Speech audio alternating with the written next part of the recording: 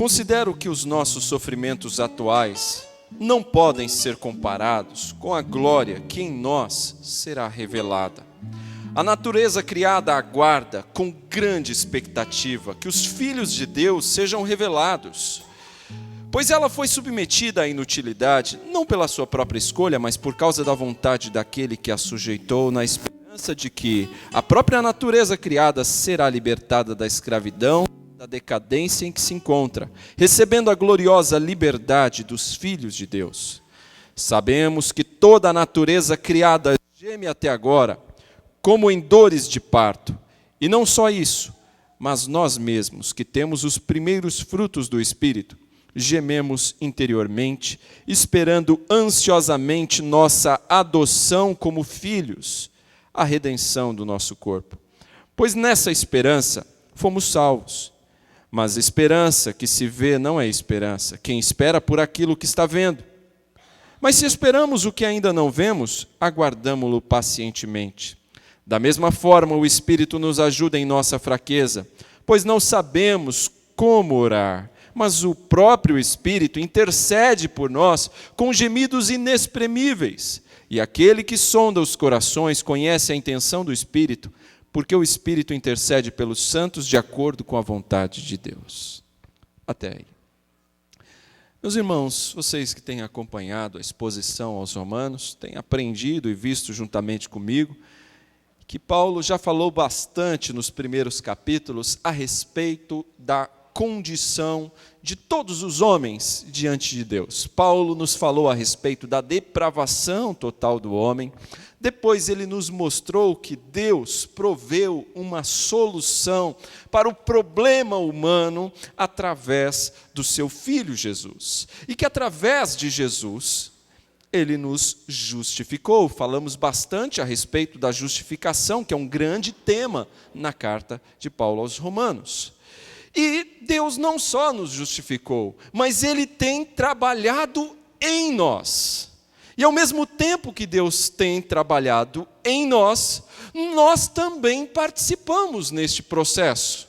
E aí nós falamos daquela grande luta travada dentro de nós, da carne e do espírito, onde nós também estamos trabalhando, que se chama esse processo de santificação.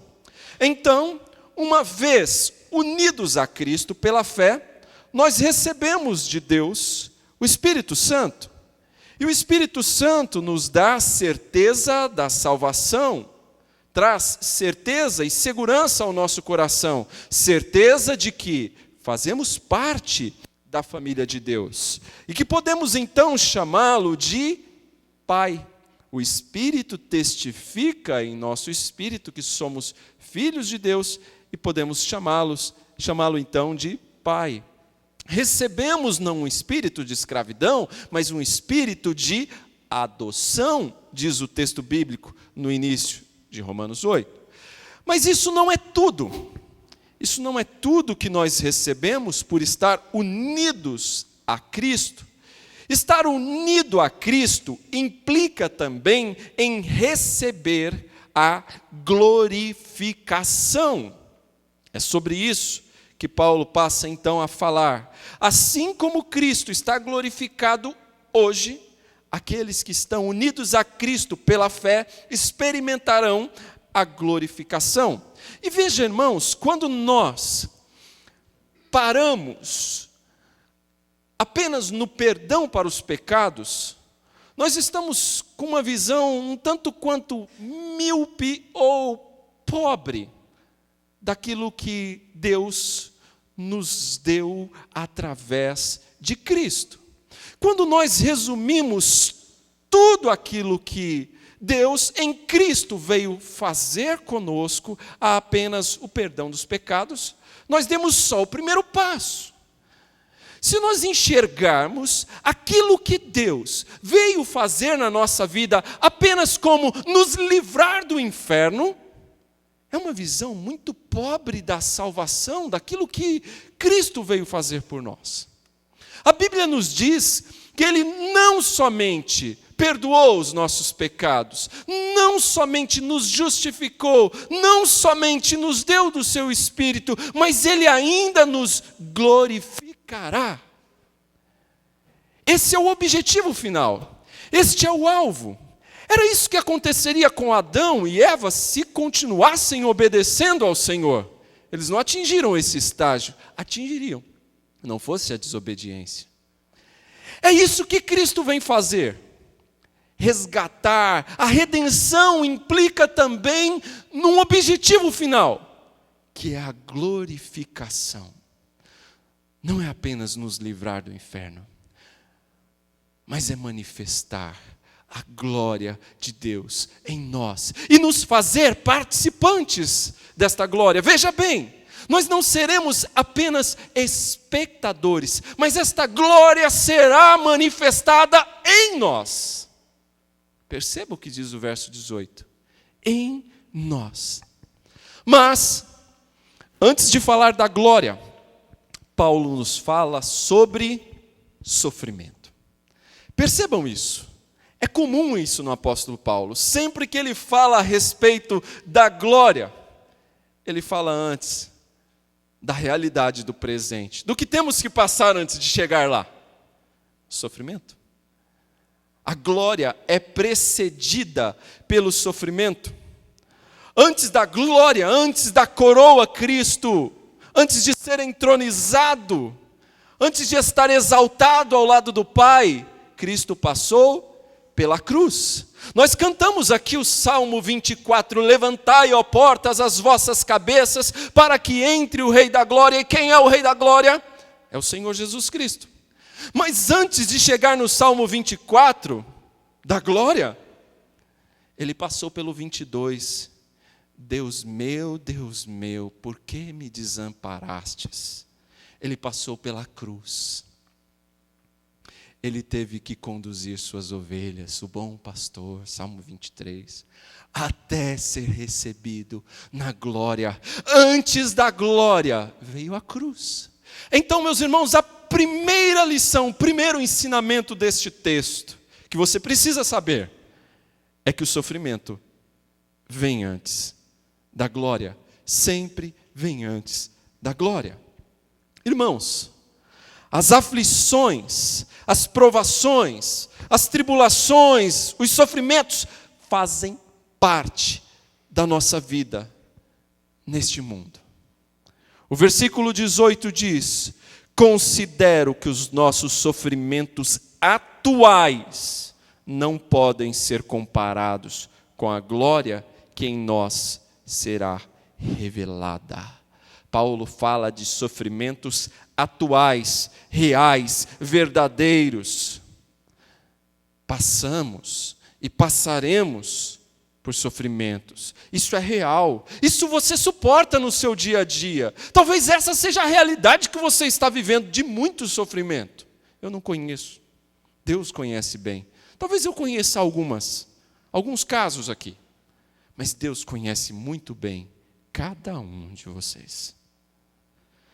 Meus irmãos, diante do sofrimento, eu tenho escutado muitas pessoas se queixando com Deus, pessoas questionando a Deus por conta dos sofrimentos, por conta das catástrofes, dos atentados terroristas, das coisas que acontecem, dizendo: onde Deus está? Ou, por que Ele permite isso? Se Deus é soberano, se Ele é amor, por que essas coisas acontecem? Talvez você já tenha ouvido pessoas perguntando assim, ou até você mesmo já se pegou fazendo esse tipo de pergunta. E a grande verdade é que nós não temos respostas para todas essas perguntas. Alguns homens estudiosos, filósofos, ao longo dos séculos têm questionado isso. Alguns deles chegam a dizer: bom, Deus é poderoso realmente, mas Ele não é bom. Porque se Ele fosse bom, Ele faria alguma coisa, Ele não permitiria que isso acontecesse. Outros vão dizer assim: não, Deus é bom, mas Ele não é poderoso. Porque se fosse poderoso, Ele faria algo. Ele mudaria e não permitiria que nada disso acontecesse. Mas a verdade, irmãos, é que o homem, quando faz esse tipo de questionamento a respeito de Deus, ele esquece de um detalhe nessa matemática. Ele esquece da existência do pecado. Ele esquece que o homem não é bonzinho. Ele parte da premissa errada. E qual é a premissa errada, irmãos? A premissa errada é de que o homem não é bom. O homem não é bonzinho. O homem é pecador. O homem não é justo. Mas Deus é. Deus é bom. Deus é santo. Deus é justo. E o homem não. O homem é mau. Eu e você somos maus. Nós não somos bons. Essa é a premissa verdadeira. O pecado contaminou toda a raça humana. Caímos em Adão. Toda a raça humana foi contaminada. E não só os homens, mas toda a criação sofre os danos, sofre as consequências do pecado. Toda a criação. Já parou para observar a natureza? Esses dias eu observava pássaros cantando, brincando ali no gramado. Daí então, um homem se aproximou. O que é que aconteceu? Eles fugiram com medo. A criação sofre. Ela agora tem medo. Os animais têm medo dos homens. O que os homens têm feito com a criação?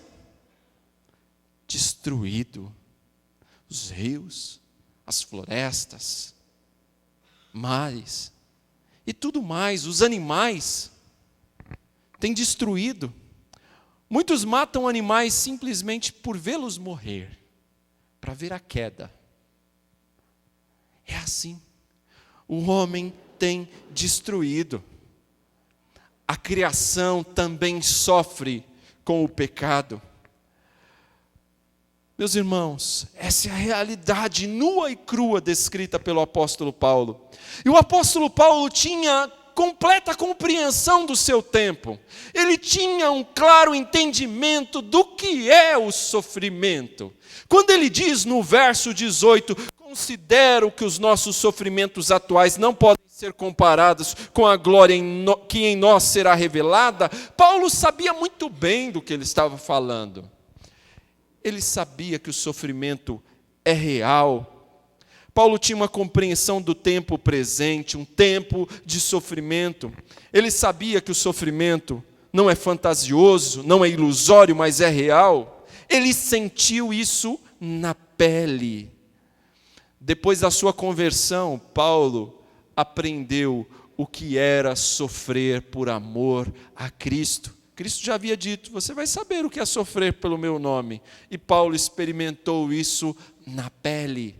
Apedrejamentos, açoites, picada de cobra, injúria dos homens, espancamento, prisões, naufrágios, injúrias. E a lista é enorme do que o apóstolo Paulo sofreu por amor a Cristo.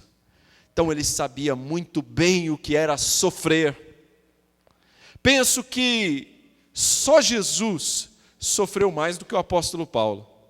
Somente Jesus, o varão de dores, aquele que carregou as nossas dores, sabia mais do que Paulo o que é padecer.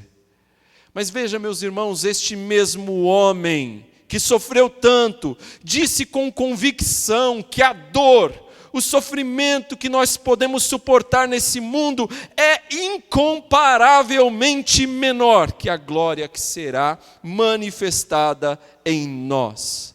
Aquilo que Deus tem preparado, aquilo que Deus tem guardado para nós é indescritivelmente maior do que o nosso sofrimento. Para ilustrar isso, eu proponho aqui a seguinte figura que todo mundo conhece, de uma balança com 2 pratos. Uma balança com 2 pratos. Pegue todo o seu sofrimento. Pegue todas as dores, as angústias, as agonias que você sofre. Ou sofreu, ou tem sofrido. Coloque no prato da balança. É pesado, não é? É pesado. Paulo sabe disso. Eu sei disso. Você também. É pesado. O sofrimento, a dor humana é pesado, pastor. O luto, a doença e tudo mais, a incompreensão dos homens, tudo isso é pesado. Mas agora olhe para o outro lado e veja a glória preparada para nós. Quando ela é posta do outro lado da balança, é como se todo esse peso da nossa dor virasse uma pluma. Não que ele não seja pesado, é real, é verdadeiro. Mas quando comparado com este peso de glória, é como que nada. Incomparavelmente menor. É isso que Paulo está dizendo aqui no verso 18, meus irmãos. É isso que ele está mostrando para nós, que Deus tem prometido aos seus um peso eterno de glória. Paulo cria nessa verdade. Era a promessa de Deus, e eu também creio. Eu também creio porque o Deus de Paulo é o meu Deus também. E eu creio ao seu Deus também. E Ele não mudou, Ele é o mesmo, Ele é imutável, Ele é fiel, Ele é poderoso, e Ele cumpre o que promete. Muitas vezes Deus diz ao seu povo, a dor é real, mas espere, porque eu não terminei ainda. O plano que eu tenho para você e para o meu povo é um plano glorioso. E eu consagrei o meu filho no seu trono e o chamei. E dei o meu povo a ele como presente. E juntamente com ele, vocês reinarão para sempre. Deus estava dizendo isso em outras palavras. E essa redenção se estenderá para além da esfera humana, para além do homem. O mundo todo que estava em ruínas, sofrendo com o pecado, está sofrendo com o pecado, será redimido. Haverá uma renovação, um novo céu, uma nova terra. Esse é o mundo do nosso Pai. A natureza criada, diz o verso 19, aguarda com grande expectativa que os filhos de Deus sejam revelados, pois ela foi submetida à inutilidade não pela própria escolha, mas por causa da vontade daquele que a sujeitou, na esperança de que a própria natureza criada será libertada da escravidão, da decadência em que se encontra, recebendo a gloriosa liberdade dos filhos de Deus. A criação experimentará os efeitos da redenção. Um novo céu, uma nova terra. É esse o mundo do Pai? É propriedade de Deus, e Ele dispõe como quiser, e Ele já considerou apropriado deixar para a glória daqueles, para desfrute daqueles que amam a sua vinda, diz as Escrituras. Paulo é eloquente, Paulo se emociona, Paulo fala com entusiasmo aqui desta gloriosa promessa. O verso 19 que acabamos de ler mostra que a natureza experimenta esse sofrimento. Os animais, tudo que o homem tem destruído, tudo isso, toda a criação aguarda com grande expectativa por este dia da completa redenção dos filhos de Deus. Aguardam que dia, irmãos? Qual é esse grande dia? O dia da vinda de Jesus Cristo, o nosso Senhor. O dia em que Ele virá resgatar a sua igreja, os seus eleitos, o seu povo. A criação hoje geme, sofre. Não era para ser assim. Era para viver em harmonia. Mas o pecado trouxe essa grande desordem. E o mundo hoje está cheio de dor, de sofrimento, não porque Deus não é bom, mas porque Ele é bom e não vai tolerar o pecado, o mal. Deus sujeitou a criação à dor e à aflição por causa dos nossos pecados. Não foi por vontade própria da criação, mas foi o próprio Deus quem a sujeitou. Por isso, irmãos, da próxima vez que sofrermos e ficarmos irritados ou se queixando contra Deus, ao invés de apontar o dedo e perguntar por que eu, devemos ouvir a resposta: por que não? Por que não? Ao invés de por que eu, por que não? Na verdade, a pergunta que nós deveríamos fazer não é por que eu, mas é assim: por que Deus, em sua graça, deve guardar para nós nos céus uma glória e uma bênção tão grande para pessoas tão pecadoras? Por quê? Por que separar algo tão bom, tão glorioso, para seres tão pequenos e maus? Essa deveria ser a nossa pergunta. Comparar o tamanho da glória preparada para seres tão pequenos e fracos que somos nós. Essa é a compreensão do apóstolo Paulo aqui. Era por enxergar isso, era por perceber isso, por entender bem o verso 18, que estes homens viveram pela fé, lá em Hebreus 11. Todos aqueles que viveram pela fé, eles tinham a expectativa desta glória que ainda será revelada para e nos filhos de Deus. É por isso que Abraão andou pela fé e obedeceu mesmo sem saber para onde ia. É por isso que Moisés abandonou a glória no Egito, o conforto do Egito, para viver no deserto. É por isso que homens de Deus, como José, fizeram o que fizeram, porque aguardavam uma pátria gloriosa, preparada para aqueles que amam a vinda do Filho de Deus. Portanto, irmãos, quando passar pelos sofrimentos do tempo presente, lembre-se do que Deus tem preparado para você. Não dá para comparar.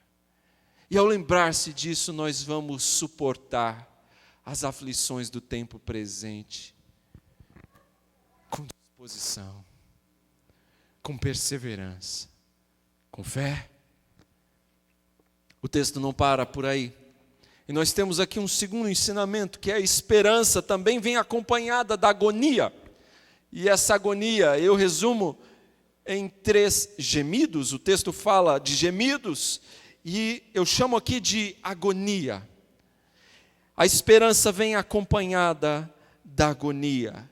Verso 22, sabemos que toda a natureza criada geme até agora, como em dores de parto. E não só isso, mas nós mesmos, que temos os primeiros frutos do Espírito, gememos interiormente, esperando ansiosamente nossa adoção como filhos, a redenção do nosso corpo. O texto prossegue lá no verso 26, diz: da mesma forma o Espírito nos ajuda em nossa fraqueza, pois não sabemos como orar, mas o próprio Espírito intercede por nós com gemidos inexprimíveis. A esperança vem acompanhada desta agonia. E aí nós temos aqui estes 3 gemidos. Os animais e a natureza aguardam com expectativa a redenção dos filhos de Deus. O que ele quer dizer com esse aguardam com expectativa? É como se a criação, irmãos, estivesse aguardando na ponta dos pés, esticando o pescoço, aguardando ali no horizonte, quando é que vai chegar este dia? Aguardando ansiosamente, com expectativa, a redenção dos filhos de Deus, porque aproveitará a criação esta redenção. É assim. Ela geme, ela agoniza, ela sofre, mas ela aguarda com expectativa. Hoje nós vemos a inimizade entre os animais, inimizade entre os próprios animais, inimizade entre o homem e os animais. Tudo isso nós vemos hoje, mas não era para ser assim. E a Bíblia nos diz que haverá um dia quando o leão e o cordeiro dormirão juntos. Isaías nos diz no capítulo 11, salvo o melhor juízo, ele vai dizer que haverá um dia onde a criança poderá brincar com a víbora, com a cobra. Haverá um dia onde a criação não estará mais gemendo, agonizando os efeitos do pecado. Haverá um dia em que a criação será também, juntamente com o homem, redimida. Esta inimizade não existirá mais. A criação experimentará a bênção da glória do Filho de Deus. E no verso 22, nós temos então aqui a agonia, o gemido dessa criação.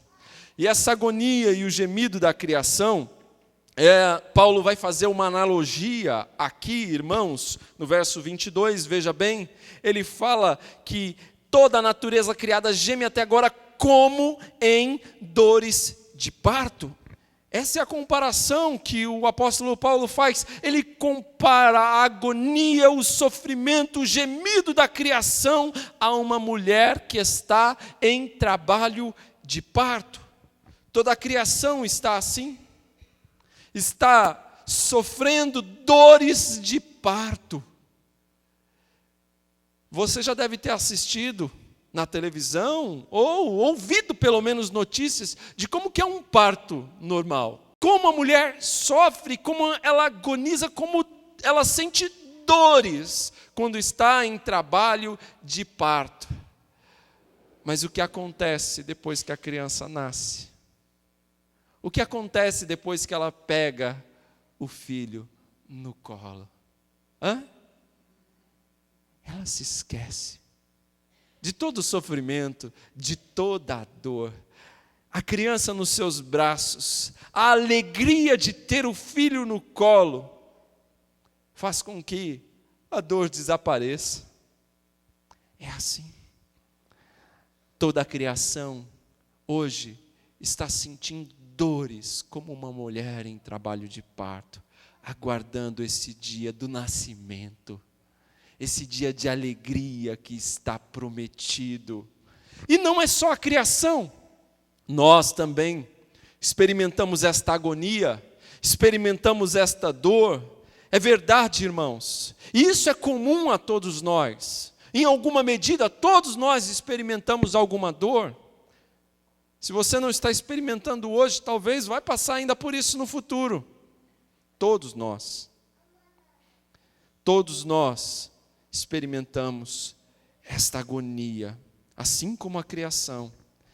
É verdade, irmãos, que nós já fomos adotados na família de Deus. É verdade que nós já recebemos o Espírito Santo, que nós fazemos parte da família de Deus, mas nós ainda não desfrutamos destas bênçãos da adoção. Diz o texto: nós mesmos, que temos os primeiros frutos do Espírito, verso 23, gememos interiormente, esperando ansiosamente nossa adoção como filhos e a redenção do nosso corpo.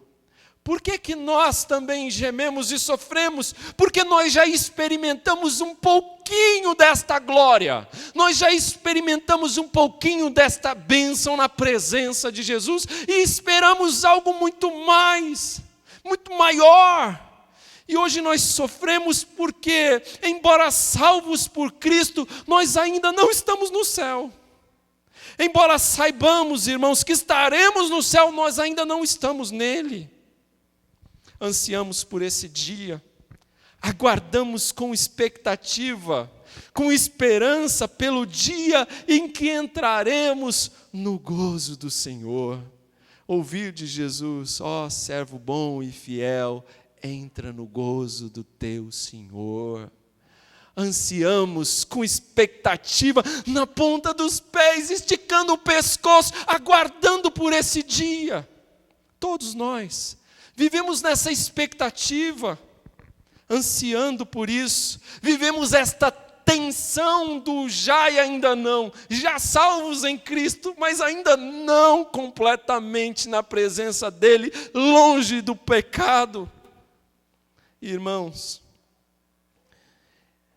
nós ansiamos por esse dia com esperança, e essa esperança desse dia é a âncora da nossa alma, é o que dá estabilidade à nossa fé.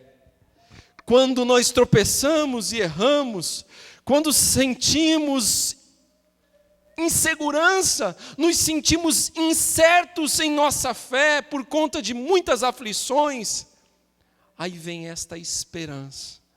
Olhamos para as promessas de Cristo Jesus, o nosso Senhor. Essa esperança é o que nos dá firmeza na fé. Nós somos lembrados da promessa de Deus para o amanhã. Essa, irmãos, é a grande explicação para o comportamento de irmãos nossos do passado. Essa é a explicação para a razão pela qual homens de Deus eram levados para a fogueira, e enquanto iam para a fogueira, eles iam cantando e louvando a Deus no passado. Esta é a razão pela qual crentes eram feitos tocha humana por Nero, no primeiro século, e ali, enquanto eram queimados, ainda conseguiam adorar a Deus. Essa é a razão pela qual os santos do passado viveram, olhando para uma pátria superior, olhando para uma promessa gloriosa para os filhos de Deus. Essa é a razão. Eles sabiam para onde estavam indo, eles sabiam muito bem, eles tinham uma esperança que nunca os confundia, uma esperança que jamais os envergonhariam. Essa é a razão, meus irmãos. Mas para isso, paciência é preciso. E essa é a terceira lição que a gente vê no texto. É preciso paciência. O texto continua no verso 25. Mas se esperamos o que ainda não vemos, aguardamo-lo pacientemente. Paciência é preciso, porque os planos de Deus são certos, nós sabemos disso, mas eles não acontecem no tempo, na velocidade que nós desejamos, e é por isso que nós precisamos de paciência. Muita agonia e sofrimento nós ainda temos que passar, mas no tempo designado por Deus, no tempo certo, que não vai atrasar, nós veremos a sua glória e receberemos um corpo glorificado, assim como Cristo. É isso, não é só perdão dos pecados, mas é um corpo glorificado como o de Cristo Jesus, que Deus tem prometido para nós. E não é para você viver mais 50, 60, 70 ou 100 anos, mas é para você viver eternamente, em glória. É isso que ele está falando aqui. Irmãos, se nós estamos vivendo hoje como cristãos, tem que viver. Nós não precisamos se preocupar em procurar nenhum tipo de aflição, tribulação, para confirmar a nossa identidade.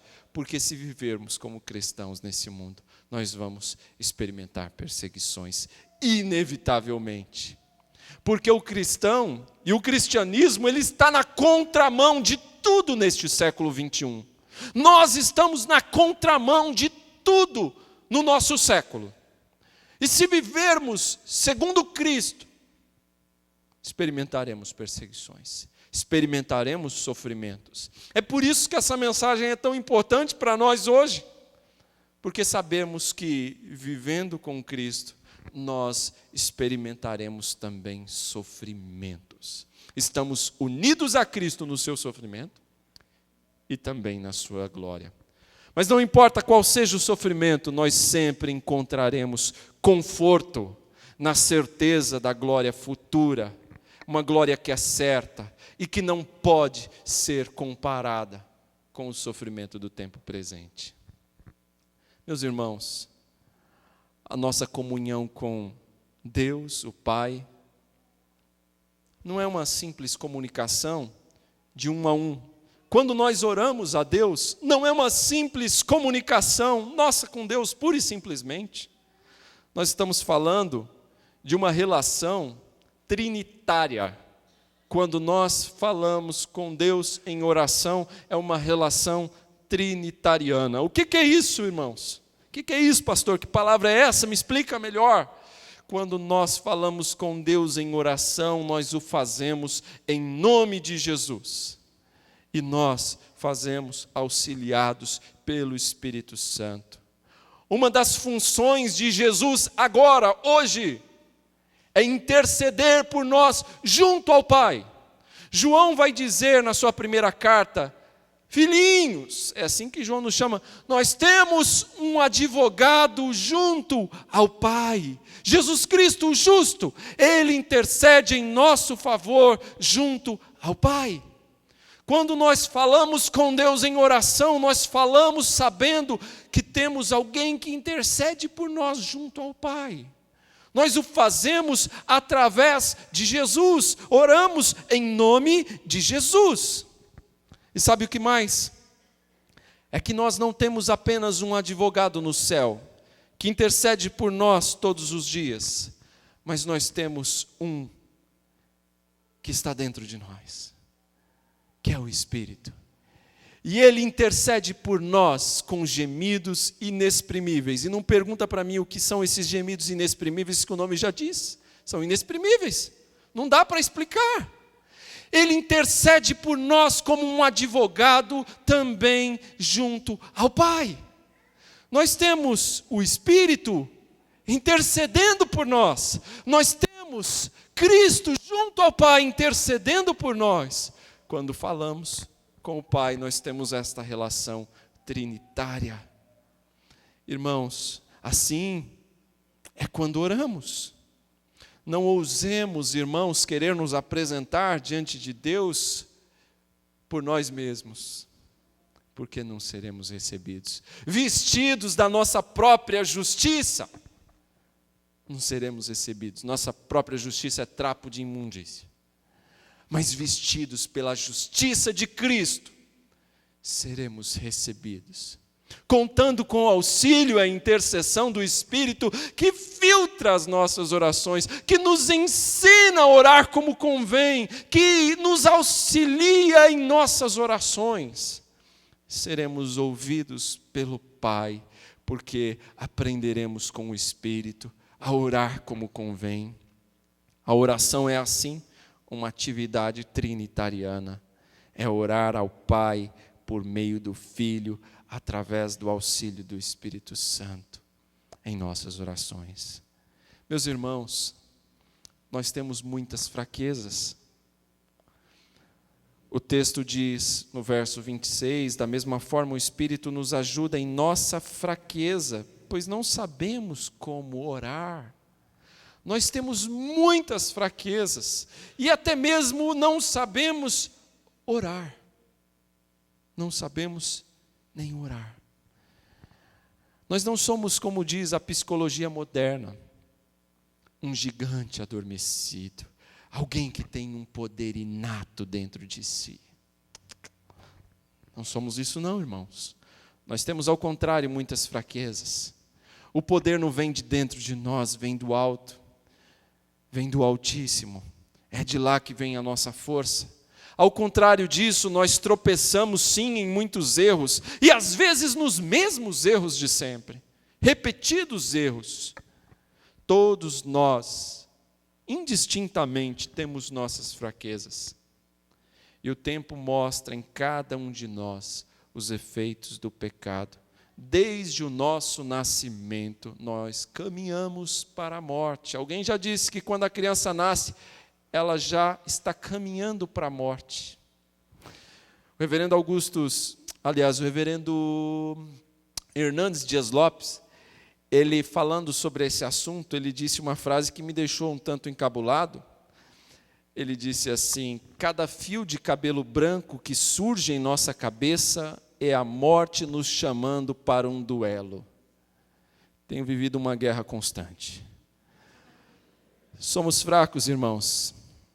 Não conseguimos manter comunhão ininterrupta com Deus. com o Deus onipotente. O nosso maior problema não são as nossas fraquezas, mas o nosso distanciamento de Deus. Por isso, irmãos, por causa do nosso distanciamento de Deus, até as nossas orações são distorcidas, erradas. Pedimos muitas vezes coisas que nos destruiriam se Deus nos atendesse. Quantas vezes nós pedimos coisas que nos causariam mal e não fosse a intercessão do Espírito por nós, seríamos destruídos. Eu me recordo de uma história, eu estou caminhando já para o fim aqui, sobre a intercessão do Espírito. Certa vez o pastor de uma igreja, era um pastor muito amado pela igreja, ele adoeceu e toda a igreja passou a orar, interceder pela cura do pastor. Mas ocorre que depois de alguns dias ele veio a falecer. E aí alguns irmãos disseram, mas nós oramos pela cura do pastor. Mas o Espírito também intercedeu, dizendo, é hora dele ir, porque a igreja está dependendo demais dele. É hora dele ir. É assim, o Espírito intercede por nós, e ele sabe o que convém. Ele sabe qual é a vontade de Deus, porque não há divergência, não há atrito, não há nenhum conflito na Trindade. O Espírito sabe qual a vontade do Pai e do Filho, e ele intercede por nós. E quando o Espírito intercede por nós, ele é atendido. Ele é atendido por Deus. Mas você então dirá, mas pastor, então por que eu devo orar se o Espírito intercede por mim? Porque a Bíblia nos diz que o Filho de Deus precisa derramar o seu coração diante do Pai em ações de graças, em oração. A Bíblia nos diz que o Espírito Santo somente intercede por aqueles que oram. A Bíblia nos ensina que Deus ordenou ao seu povo a oração, e ele disse que realizaria o seu propósito em resposta à oração do seu povo, conforme a sua vontade. E mais, de mais a mais, muitas de nossas orações estão de acordo com a intercessão do Espírito, e por isso, Deus graciosamente responde às nossas orações, dizendo sim. Meus irmãos, eu quero encerrar dizendo que, se você tem passado aí por um vale de dores e de lágrimas, eu tenho que lembrá-lo que Deus já preparou uma morada gloriosa para você. Quando você passar pelas dores, talvez hoje para você tenha sido só paz e alegria, mas dias de dores certamente virão. E quando passar por eles, lembre-se que Deus tem preparado para nós uma pátria gloriosa, uma glória infinitamente maior do que todo e qualquer sofrimento que experimentamos ou viermos a experimentar nesse mundo. Lembre-se que você não está caminhando por uma sepultura gelada que não te reterá, mas você tem a promessa de uma ressurreição gloriosa. Nós não caminhamos para um lugar de tormento, mas nós caminhamos para um lugar de alegria eterna. É esta alegria que Deus tem preparado para os seus filhos. O ímpio também passa pelos sofrimentos, mas ele não tem a esperança da glória. O seu sofrimento, o sofrimento do ímpio será eterno. O sofrimento dos filhos de Deus, ele é limitado e temporário, porque nós temos uma promessa de uma glória infinitamente superior, incomparável a todo e qualquer sofrimento humano. Que o Senhor conforte o seu coração e anime-o com essa certeza dada aos seus filhos. Vamos orar? Pai, aplica a Tua palavra ao nosso coração. Permita que o Teu Espírito nos assista em nossas orações e interceda por nós, porque não sabemos como orar. Não sabemos sequer pedir ao Senhor como convém. Senhor, quantas vezes as nossas orações se manifestam egoístas, interesseiras e não revelam os teus santos propósitos para nós. Por isso pedimos o auxílio do teu Espírito para que nos ensine a orar, nos ensine a sermos filhos que se agradam em obedecer à tua vontade e suplicar, Senhor, que ela seja feita, em primeiro lugar, em nossas vidas e não a nossa. Senhor, não queremos que as coisas sejam feitas no nosso tempo, mas que seja no teu tempo, Senhor, porque não sabemos qual o tempo certo e o Senhor sabe. Nós queremos descansar em Ti, esperando, Senhor, confiantemente nas Tuas promessas, que são muito ricas, preciosas, infalíveis, gloriosas para nós. Muito obrigado, Senhor, por separar coisas tão preciosas assim para nós, que somos tão pequenos e pecadores. Louvamos ao Teu nome por tão grande amor, por tão grande bondade e graça manifestada a nós, em Cristo Jesus. É no nome dele que oramos.